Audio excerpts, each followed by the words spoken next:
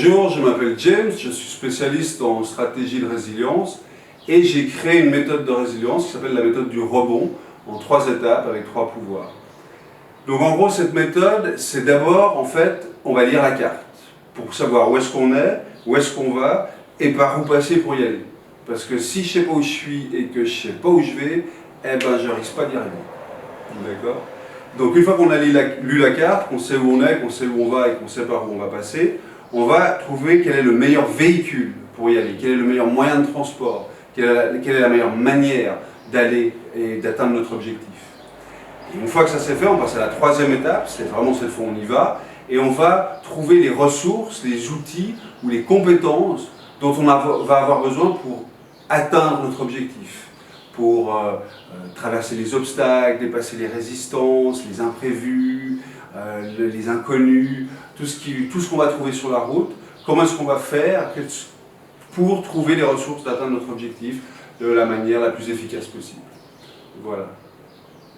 Donc, vous prenez n'importe quel comportement indésirable, une mauvaise habitude, une addiction, une phobie, des tics, un TOC, n'importe quel comportement dont vous aimeriez vous débarrasser, que vous aimeriez remplacer par un autre comportement. Donc à la première étape, on va chercher quelle est la stratégie qu'il y a derrière ce comportement, quel est le bénéfice que ça nous apporte.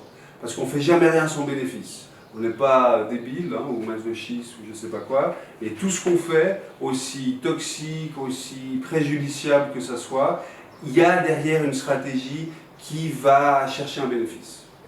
Alors donc on va identifier cette stratégie et le bénéfice. Ça c'est la première chose.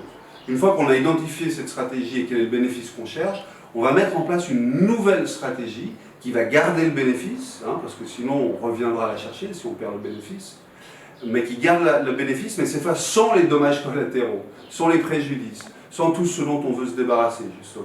C'est la 2e étape. Et la 3e étape, on va mettre tout ça en pratique, trouver les outils, les ressources et les compétences dont on a besoin pour que cette nouvelle stratégie devienne en fait le normal, devienne une nouvelle habitude, devienne ce qui est normal.